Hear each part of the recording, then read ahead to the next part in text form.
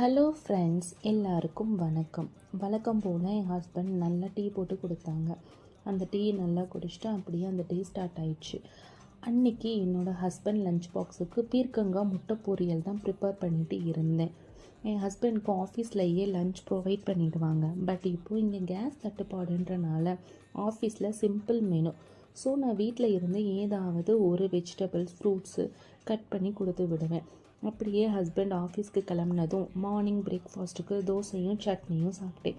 என்னோடய அத்தை தான் எனக்கு தோசை ஊற்றி கொடுத்துட்டு இருந்தாங்க. நல்லா சாப்பிட்டுட்டு நெக்ஸ்ட் டே கோவிலுக்கு போகிற ஒர்க் இருந்ததுனால ஆளுக்கு ஒரு வேலையை பிரித்து வீடெல்லாம் க்ளீன் பண்ண ஸ்டார்ட் பண்ணிட்டோம். வீடெல்லாம் க்ளீன் பண்ணிவிட்டு அன்றைக்கி ஆஃப்டர்நூன் லஞ்சுக்கு சிம்பிள் மெனு தான்.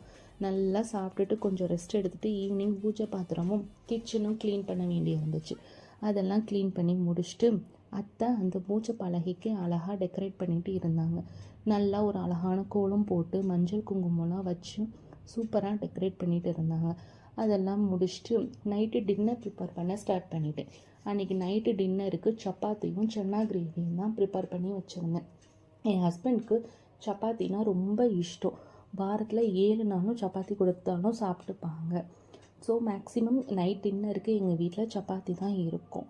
கிரேவி மட்டும் சேஞ்ச் பண்ணிகிட்ருப்பேன். ஹஸ்பண்ட் வந்ததும் சப்பாத்தியும் சன்னா கிரேவியும் சாப்பிட்டோம். அந்த டே